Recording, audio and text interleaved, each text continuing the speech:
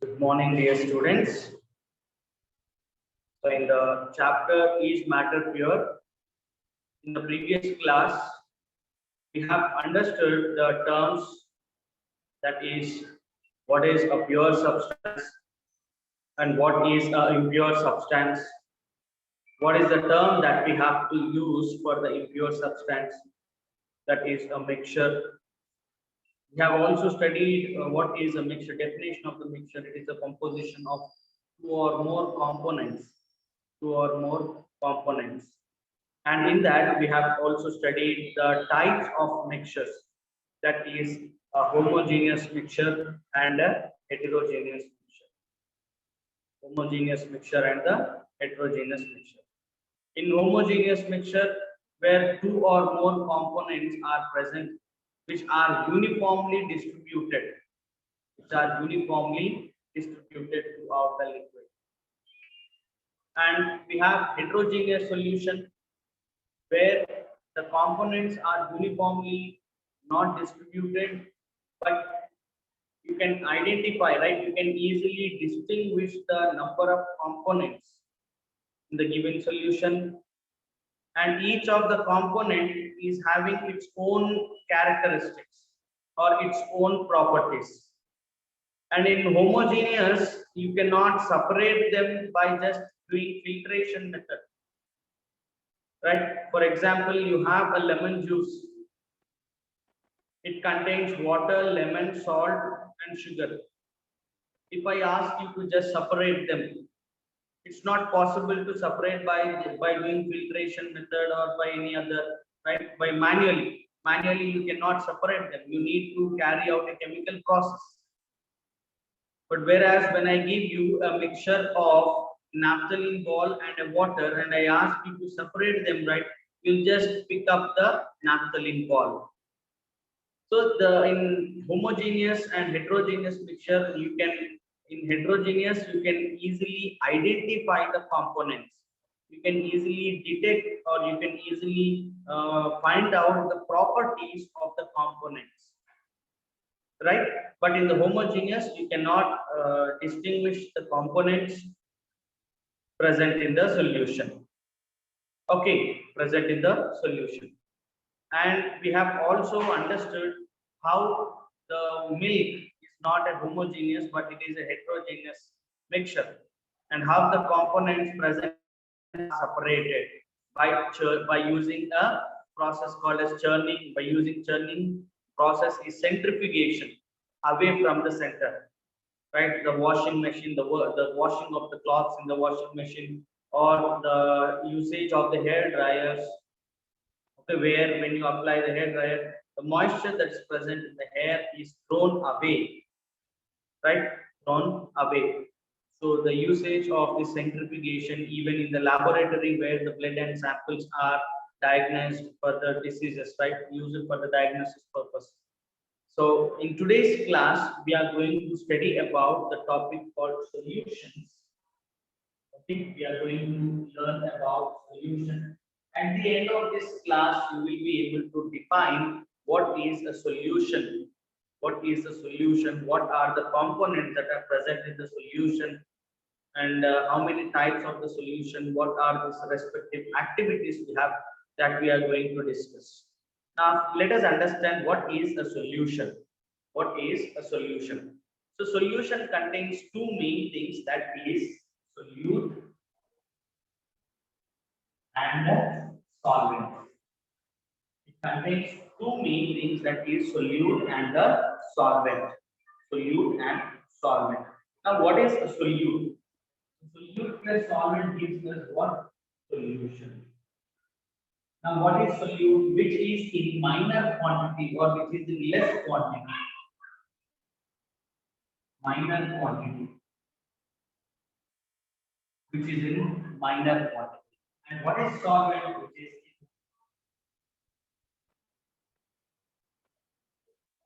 in major quantity. Which is in major quantity. Let us take the example. Salt water. You are asked to prepare a salt solution. Okay? Generally, we will use this salt solution, okay, whenever your throat is under infection. Right? You are suffering with a throat infection, right? We prepare salt water for gargling. So your mother asked you to prepare salt solution. Now, what you're going to do? You are going to add a spoon of salt or a half spoon of salt to the glass of water or to the glass of the lukewarm water. Now you are taking water and salt. How much you are adding? You are adding a half spoon or a spoon of salt to the glass of water. Now you see the salt which is in minor quantity is called as solute, and the water which is in major quantity is called as solvent, and the mixture of these two obtained is called as what? Salt solution. Salt solution. Right? For example, you are very fond of having a Horlicks with the milk. Right? So you are asked your mother to prepare, you add Horlicks or Boost to the milk. So is she going to add bottle full of Horlicks to the glass full of milk? No. Right? She is going to add a spoon or 2 spoons of Horlicks powder to the milk. Now here Horlicks powder is a solute and milk is the solvent. Now which is minor quantity that is called as solute, and which is a major quantity that is called as what? Solvent. It's called as what? Solvent. Now salt plus water, that is salt solution. Okay. Now let us assume the another example, that is aerated drinks. Okay. That is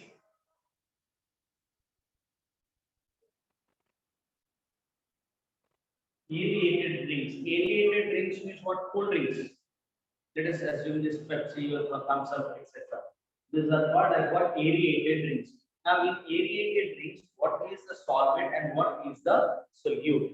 What is the solvent and what is the solute? Okay. Now, in the aerated drinks, the solvent is the liquid.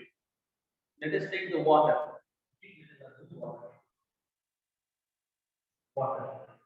And what is happening to this one? What is the solute now? Aerated drinks. That means which contains the gas. Okay. So gas is passed to water. Gas is dissolved in the water.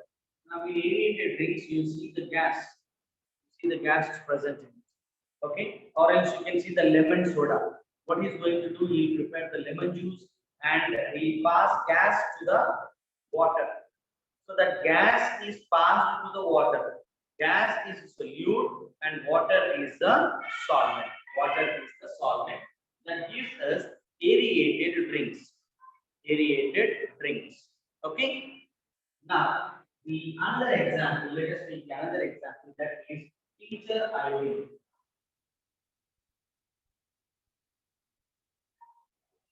Tincture iodine. Tincture iodine means the iodine ointments that is used to apply over the wounds. Right, whenever we get any wounds, on these wounds we apply this tincture iodine.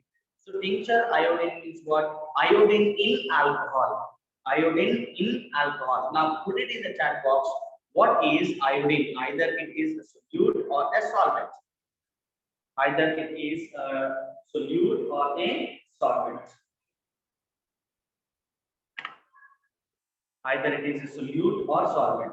I said tincture iodine, which means iodine in alcohol. Iodine in alcohol. So in iodine in alcohol, which is solute and which is solvent. I give you a hint. Salt in water. Salt in water. Iodine in alcohol. Now, what is iodine? Is it a solute or a solvent? Quickly.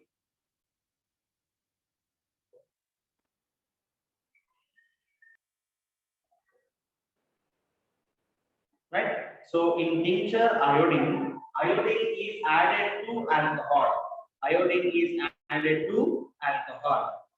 So which is in minor quantity is called as what? That is solute, and which is in major quantity that is called as solvent.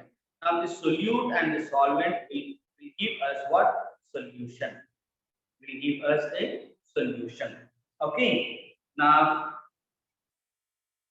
Now we'll discuss about the types of the solutions. In these types of the solutions, we have to discuss concentrated solution and dilute solution. Okay. Now let us look at the concentrated solution and a dilute solution. Now let's understand this term, that is dilute solution. Dilute solution and concentrated solution with examples. Okay. Now coming to this dilute solution. In this dilute solution, the water content, water quantity is more, or simply we can say less solute,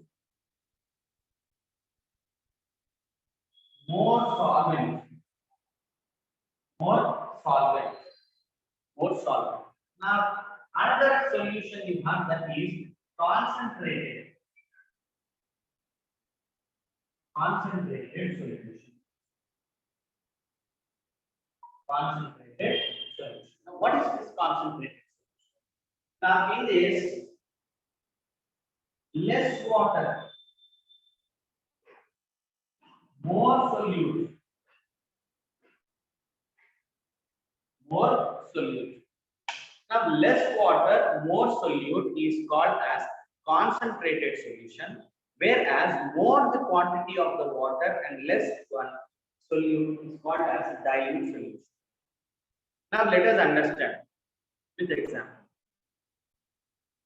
Every one of us are fond of having the sugarcane juice, right? So, on the roadside, you can see they are extracting the juice from the sugarcane using this wood, right? The lady or the person, he places the sugarcane between the two cylindrical wooden blocks, and the person is taking the handle and moving in a clockwise direction, right? So what is going to happen? The sugarcane gets squeezed and juice is extracted from that. Now, whatever the juice is served to you, right? That is served to you. Is it a concentrated one or a dilute one? Think and answer. The sugarcane juice that is being served is a concentrated or a dilute. Now, don't think about the ice, don't think about the lemon or whatever. Now, the juice that is extracted from the sugarcane, is it a concentrated or a dilute? Concentrated or a dilute. So here we can say that the sugarcane juice that is extracted from the sugarcane is a concentrated one, where there is no water. There is no water, only the juice is present in the glass. Now, let us come to the another example. You might have visited to these general stores to buy these juices. On the juice bottles, you can see the concentrated juice. You can see this term concentrated juice. That means the liquid that is present in this packed bottle contains only the fruit juice, no water in it. No water in it. So this type of labels you can see on the juice bottles. For example, if you buy this Kisan Orange Splash, right? Kisan Orange Juice. In that Kisan Orange Juice, you can see how to serve this orange juice. So they are going to say that take the glass, and in that glass add take cup of orange juice and fill it with the water. Fill it with the water. Now in that the juice quantity is only a cup or a cap of that bottle, or else you can say only the 10 ml. Let us assume 10 ml. So add, I mean, you are suggested to take 10 ml of the juice in the glass, and remaining you have to fill with the water. Remaining you need to fill with the water. Okay, now it is a diluted one or a concentrated one. Juice is less, water is more. Right? You are taking juice a little quantity and you are adding water to it large quantity. So that is called as dilute solution, which is already a solution, right? Of this orange juice is prepared orange water, or orange juice is present in it with less amount of water. To that we are adding a large quantity of the water. So that has become a dilute solution. Dilute solution. Concentrated solution means what? You have only the less amount of water, more quantity of the more quantity of the juice, or more quantity of the whatever the solute that you are taking. So if the solute is more and the solvent is less, it is called as what? Concentrated, right? You can write here more solute, less solvent. More solute, less solvent is what? Is concentrated. Now less solvent, less solute, more solvent is called as what? Dilute solutions. Dilute solutions. Right? For example, we observe in the functions. The functions, if especially the summer season, right? We just will prefer to have a buttermilk. So what they are going to do, if the buttermilk is going to come to an end, what that persons are going to do, they are going to add full of water to the limited amount of the curd. So there the curd is less and the water is the bucket full of water. Now what is happening there? The quantity is less, solute is less. Now the solute is curd, solvent is water. Solvent is what? Water. So that is a dilute one.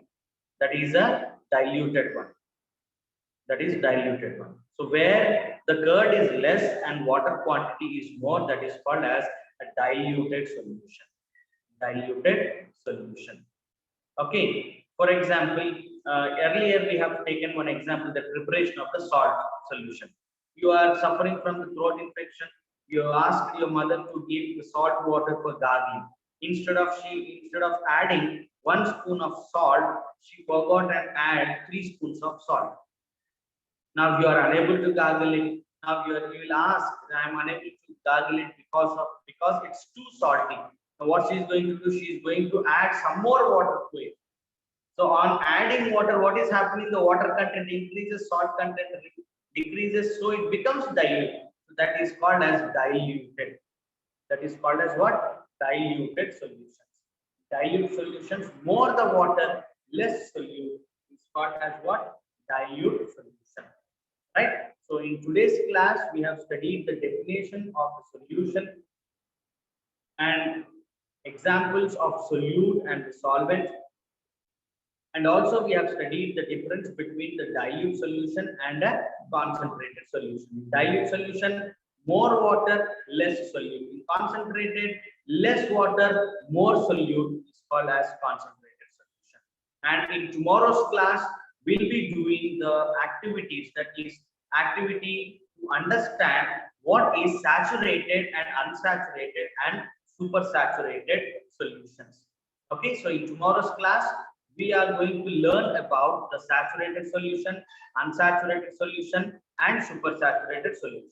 Okay, so this is all about for today's class, where we have studied about the definition of the solute, solvent, solution, dilute solution, and concentrated solution.